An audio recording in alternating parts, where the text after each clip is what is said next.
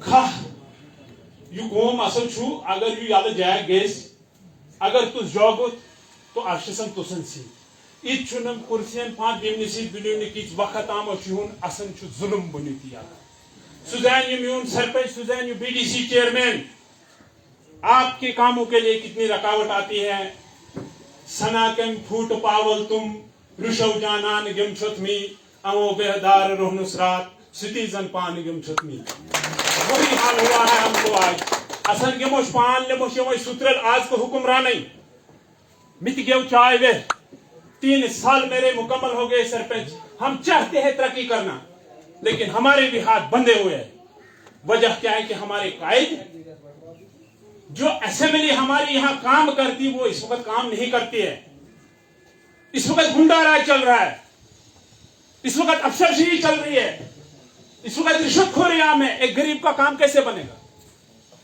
लिहाजा वक्त आया है अगर आज दिन हम लोग आज ते अस्तेवन गुंडन पात्र हम वक्त यूं कि गरज मल दी थी बस नहीं वैसी हालत हो गई है इस वक्त हमारी आप जम्मू कश्मीर में देखो इस वक्त आपके पास सोशल मीडिया है शाम को देखो आपकी बात करता कौन है एक कुर्सी एक एमएलए बनने के लिए थोड़ा सा भी वक्त होता है वो निकल जाता है लेकिन वह एक वो महबूबा मुफ्ती हैं जो इस वक्त इनको चाहे यूएनए में हो चाहे कहीं भी हो तो इनको अगर अटैक इनके सवाल का जवाब देती है वो वाहिद महबूबा मुफ्ती साहिबा देती है कोई नहीं देता है आप सोशल मीडिया देखो आपके पास सारा कुछ है लिहाजा अब भूल और भनाल की लड़ाई नहीं है मेरे भाइयों आप मुतमीन हो जाओ मैंने शान साहब को कल इस वक्त कहा कि अगर इस मैदान में आओगे तो घर से पेट खाना फुल होगा तो हम दुगना खिलाएंगे गूल वाले हमारे नहीं है तो वो किसके है गूल कहाँ है गूल तो ये सामने है मेरा एक खालू है यहाँ खड़ी का वो आम जाता है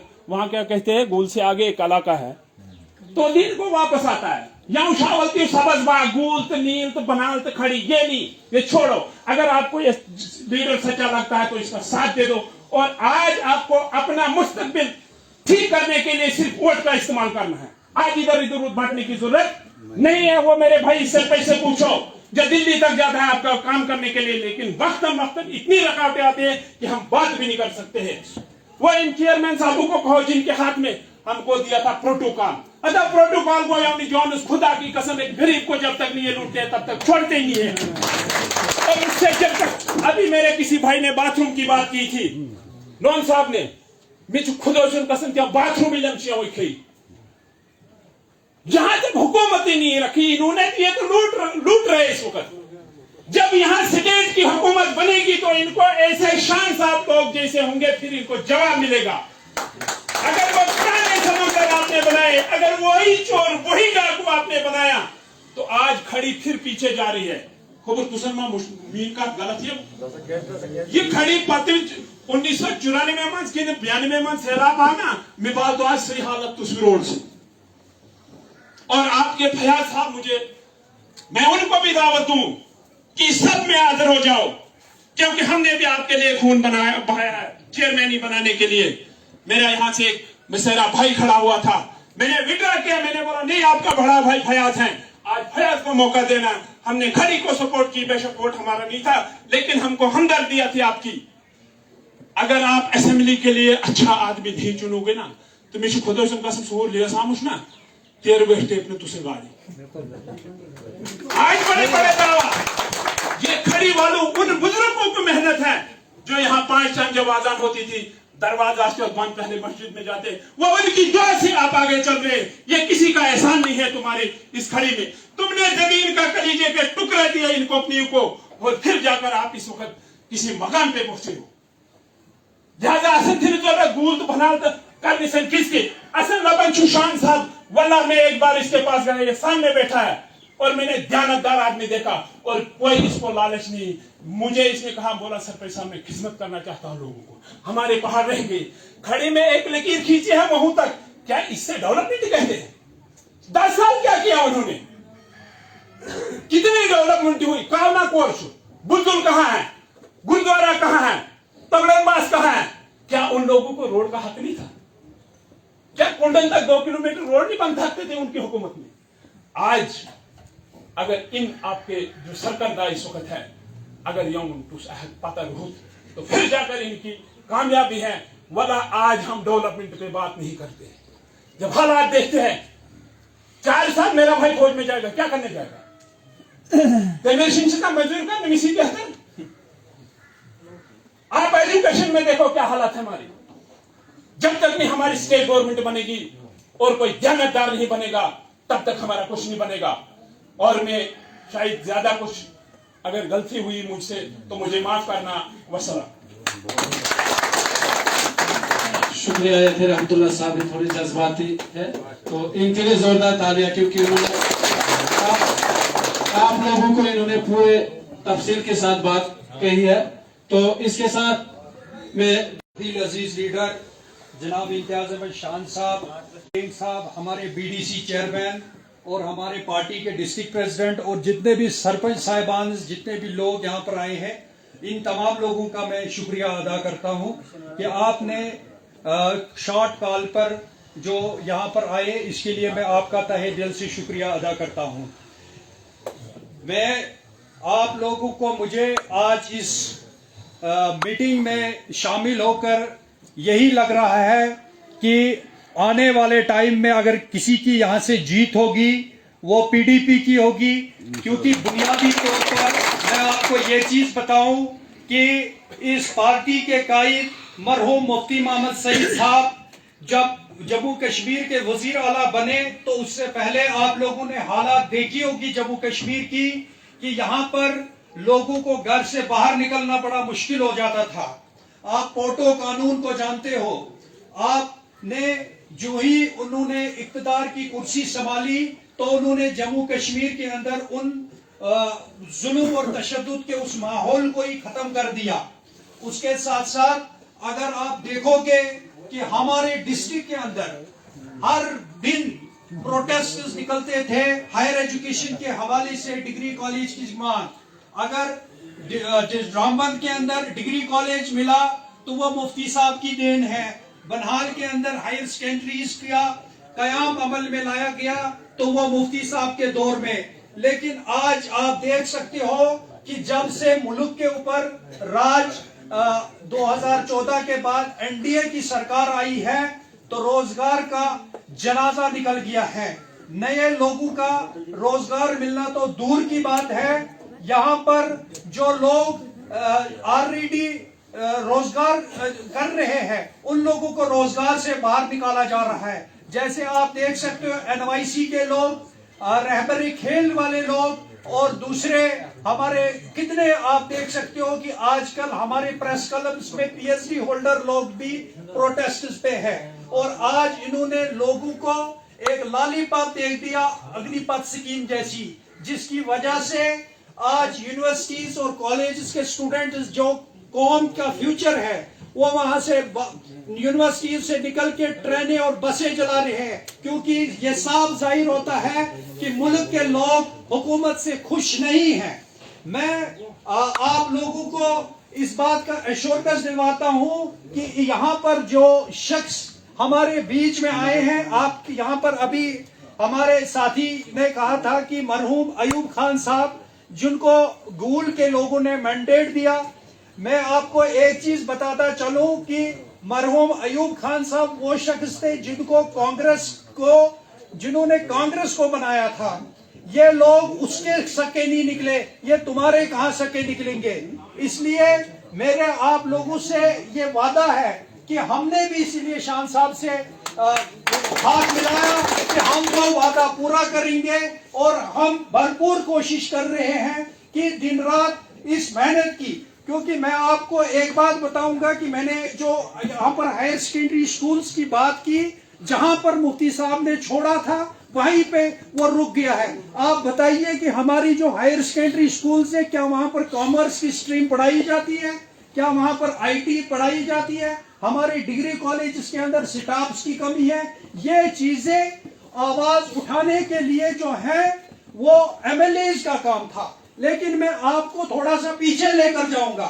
आपने देखा होगा कि जब यहाँ पर सरकार थी तो हमारे एमएलए साहब को यहाँ से लोगों ने अवाम की फलाही बहबूद और तामीर और तरक्की की आवाज के लिए वहां पर भेजा था। लेकिन उनका ऑन रिकॉर्ड इस वक्त भी आप इंटरनेट को अगर किसी को मालूम नहीं होगा वो देख सकते हैं। उन्होंने असेंबली में कहा यहाँ पर जी हारे हुए एमएलए के नाम पर काम किए जाते हैं, यहाँ हारे हुए एमएलए का सुना जाता है। या वो कौन था? वो पीपुल्स डेमोक्रेटिक पार्टी का लीडर हारा हुआ था। इसलिए आप लोगों को यह समझना पड़ेगा कि अगर पीपुल्स डेमोक्रेटिक पार्टी का हारा हुआ एमएलए इतना दम रख सकता है तो जीता हुआ कितना दम रखेगा। तो मैं इन्हीं अल्फाजों से आपसे अलविदा होना चाहता हूँ। शुक्रिया ये थे मोहसिन भाई। अब मैं इसके बाद दावत देता हूँ नसीर अहमद साहब को, वो आए और अपने ख्यालात से इजहार।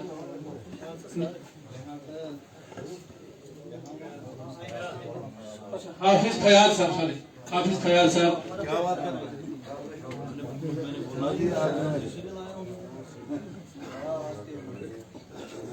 बिस्मिल्लाहिर्रहमानिर्रहीम। मेरे दोस्तों, हमारे और आपके बीच में इस वक्त हमारे मेहमान खुसूसी इम्तियाज अहमद शान साहब और इनके साथ जितने भी स्टेज पे बैठे हुए लीडर्स हैं, सब लोग आप इनका जानते हो। और मैं जो देख रहा हूँ इस वक्त, इन्होंने कहा था कि आज हमारी मीटिंग है तो मैं भी आया था, लेकिन ये मीटिंग जो है इस दौर में, इस मुश्किल हालात में लोग बहुत मुश्किल से अपना दिन निकालते हैं, लेकिन मुझे लगता है कि आप लोगों की मोहब्बत है ये। मैं आप लोगों का बहुत बहुत शुक्रगुजार हूँ कि आप लोगों ने अपना कीमती वक्त निकाला, और जो सामने खड़े हैं लोग, इनकी बहुत बड़ी कुर्बानी है। दोस्तों, असल में 2-4 साल से सियासत का जो मामला है ये ठप हो चुका है। तकरीर वकरीर असम की कारती सुगमो शुनुमेश, तो आज मुझे लगता है कि फिर शुरू हुआ। तो हमें ये सियासी तकरीर करने नहीं आती है। अस्करम शुरू अगर मशीद में दीनी तकरीर तो उसके लिए हम माहिर हैं, लेकिन मजबूरी इस चीज की है कि इस वक्त बलाई लो सियासत, बलाई लो तमाम चीजें, हम मानते हैं इस बात को कि हम बर्दाश्त करेंगे। अगर हमारे गांव में रोड नहीं है तो रोड नहीं है तो कोई बात नहीं, स्कूल नहीं है तो कोई बात नहीं, जैसे जैसे भी हालात है तो गुजार रहे होंगे। असु बुजुर्ग गुजारती, दादू ने परदादू ने गुजारी थी तो गुजार रहे हैं, हम भी तो गुजारेंगे। ये भी फैरन लागम गोतर अशम गाबर अशम तो दिन निकालेंगे। लेकिन दोस्तों, हालात इस कदर है हिंदुस्तान की, खड़ी की नहीं, नील की नहीं, बानहाल की नहीं, गूल की नहीं, पूरे हिंदुस्तान के हालात इस कदर है, जहां जहां मुसलमान है वो परेशान है। भाई, अगर हमसे कोई ईमान ले तो हम बर्दाश्त करेंगे। हमारे लीडर लोग कहते हैं कि भाई चलो, ये नहीं है, हाई सेकेंडरी नहीं है, वो नहीं है, वो नहीं है, वो फलानी ने दिया, फलानी ने दिया। ठीक बात है, इनका काम है ये चीजें लाने की। लेकिन जब हमसे ईमान ही ले रहे हैं तो फिर आप बताओ कि हम क्या करें। दुख इस चीज का है कि पिछले दिनों में जुमा के दिन में रामबन में था तो फारूक साहब वहीं रहते हैं, शान साहब हमें जुमा ही पढ़ने नहीं दिया। पहली बार तवारीख में यह है सिल्ला रामबन में किसने पढ़ने नहीं दिया? डीसी ने आर्डर निकाला, एसपी ने आर्डर निकाला, लेडीज ने कहा भाई आप एक काम करो कि आज जुमा नहीं होगा। तो हमारे उलमा, हमारे बुजुर्ग, हमारे मुसलमान यूं कहा करते थे कि नमाज नहीं पढ़नी क्या जहाद। कहां से है जहाद? कहां है ईमान वाला? कहां है हम लोग? मौलवी सियासत में मत जाओ, वोट ही मत डालो, वोट डालते बीजेपी वाले वो सीट निकाल लेते हैं। भाई बात सुनो ना, हालात किस कदर है कि हमने सोचना है, असन सोच लो। अब हम ये कहेंगे कि मुफ्ती सईद साहब ने गलती की, उसने जो हुकूमत बनाई तब उस वक्त की मजबूरी वही थी। फारूक साहब कांग्रेस में थे तो क्यों थे?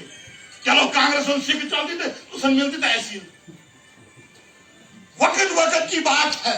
लेकिन इस वक्त पूरे हिंदुस्तान के जो मुअज़्ज़ज़ लोग हैं, हिंदुस्तान के जो सलाहियतमंद लोग हैं, वो हमको राय देते हैं। हम बहुत घूमते हैं बाहर मुल्कों में भी मैं गया हूं, कहते हैं कि इस वक्त आपने खालिस अगर वोट डालना है तो आप इल्हाक को करून बड़े जो लीडर जो मिलेंगे उनके साथ उनको आप वोट डालो।